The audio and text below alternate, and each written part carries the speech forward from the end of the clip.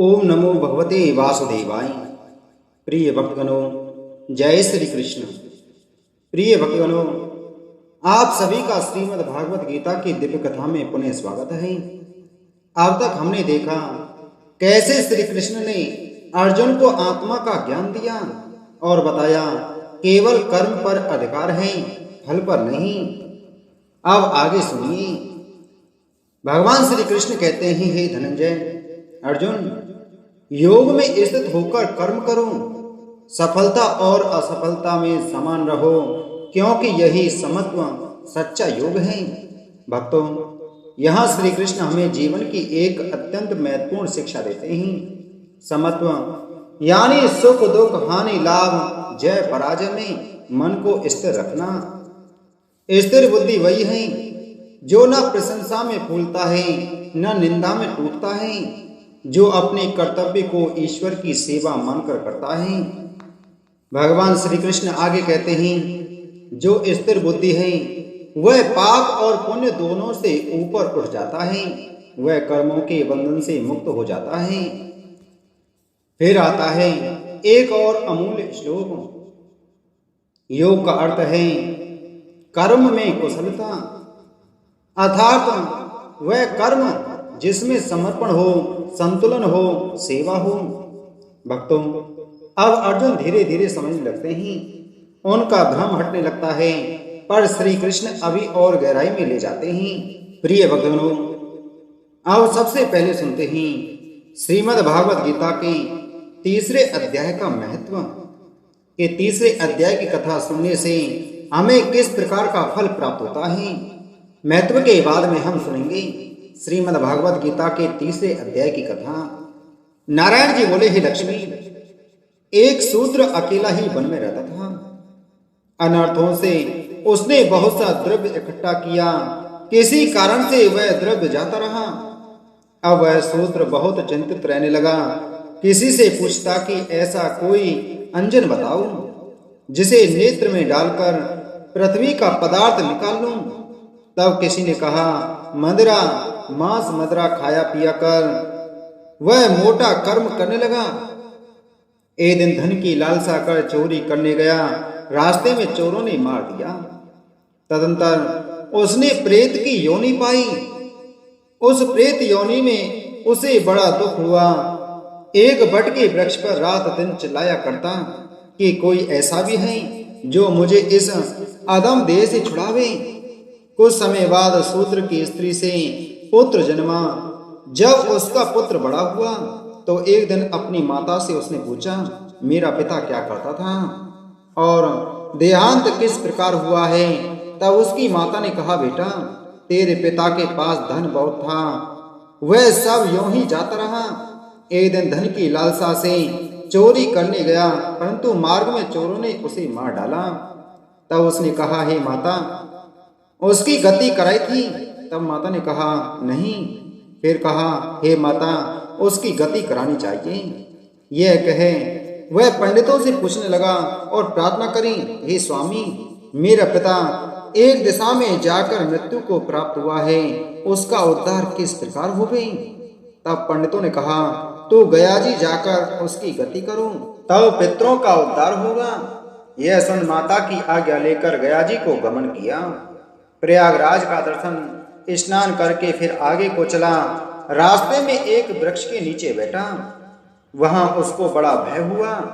यह वही वृक्ष था वहां पर जहां उसका पिता प्रेत की योनि को प्राप्त हुआ था। उसी जगह में चोरों ने उसको मारा था। तब उस बालक ने अपना गुरु मंत्र पढ़ा। उसका एक और भी नियम था, वह एक अध्याय श्री गीता जी का भी नित्य पाठ किया करता था। उस दिन उसने श्री गीता जी के तीसरे अध्याय का पाठ उस वृक्ष के तले बैठकर किया। वह उसके पिता ने प्रेत की योनि में सुना। सुन के उसकी प्रेत देह छूट गई, देव देही पाई।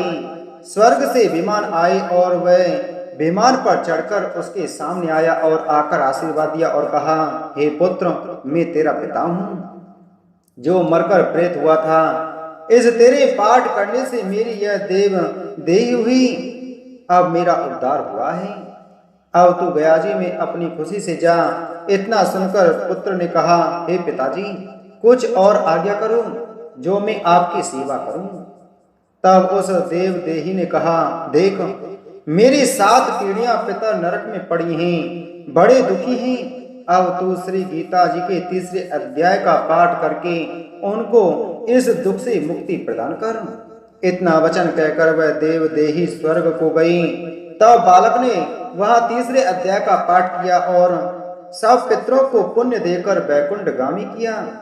जो प्राणी श्री गीता जी का पाठ करे या श्रवण करे या दूसरों को सुनावे, उसका फल कहां तक कहीं कहने में नहीं आ सकता।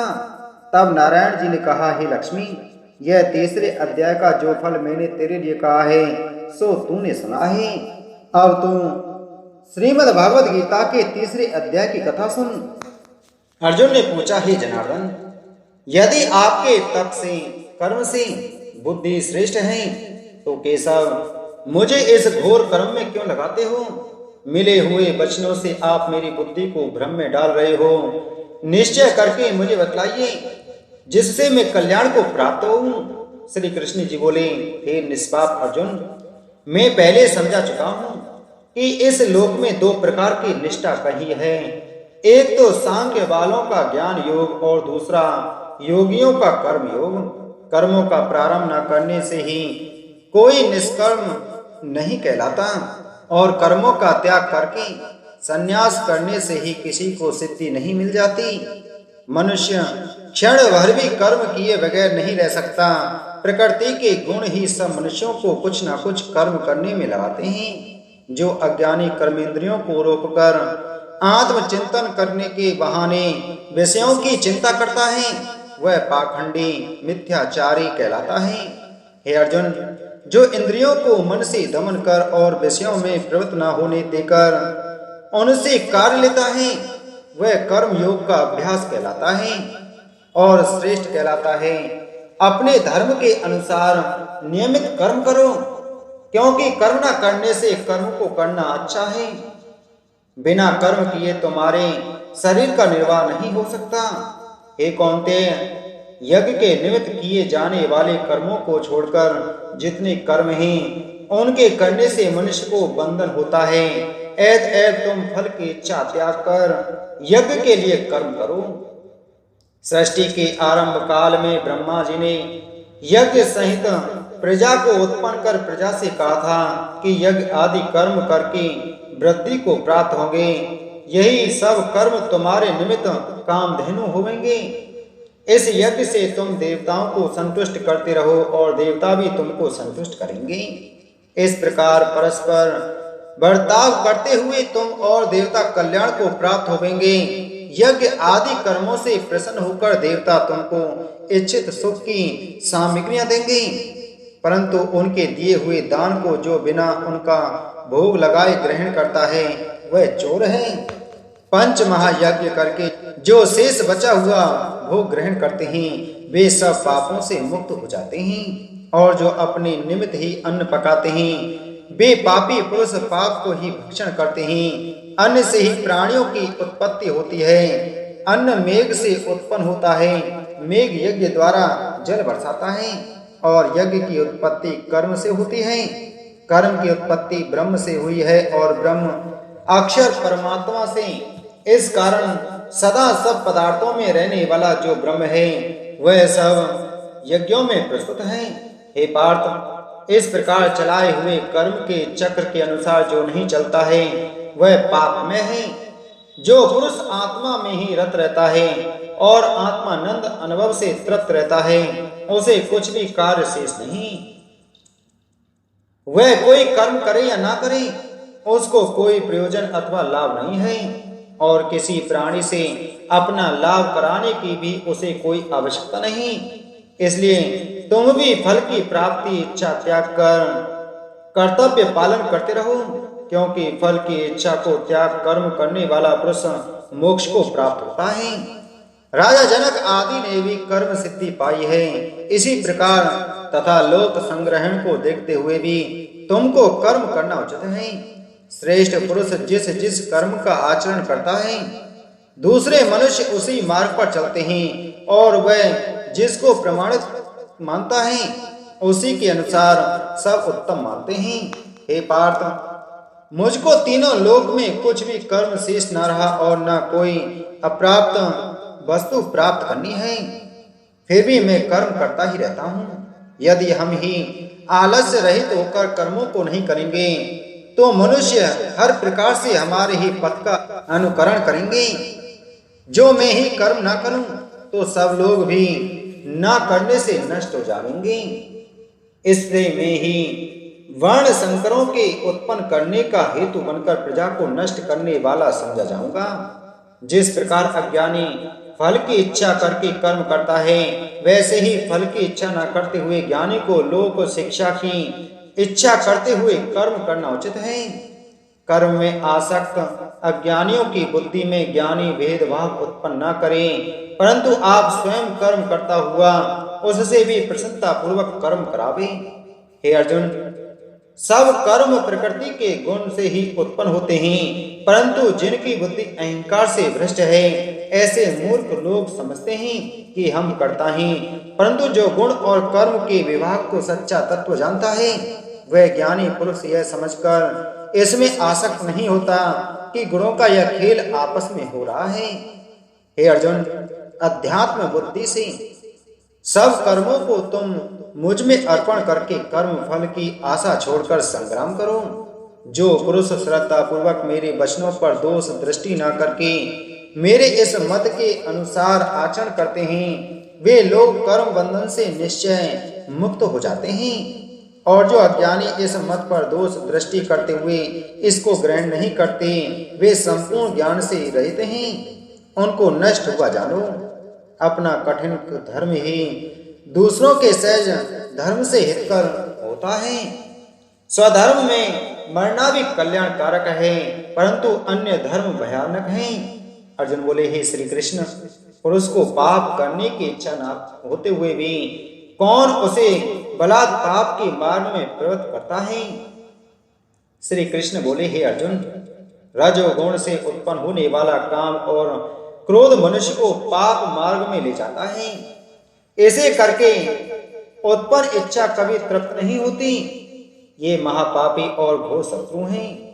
जैसे धुआं से अग्नि, धुएं से दर्पण और झिल्ली से गर्भ का बालक ढका रहता है, उसी प्रकार विषय की इच्छा से आत्मज्ञान ढका हुआ है। हे कुंती पुत्र, इस शत्रु काम को करके ज्ञानियों का ज्ञान आच्छादित हुआ है। इंद्रियों, मन और बुद्धि इस काम के आश्रय स्थान हैं। इनके सहारे विषयेच्छा ज्ञान को आच्छादित करके जीव को मोहित कर लेता है।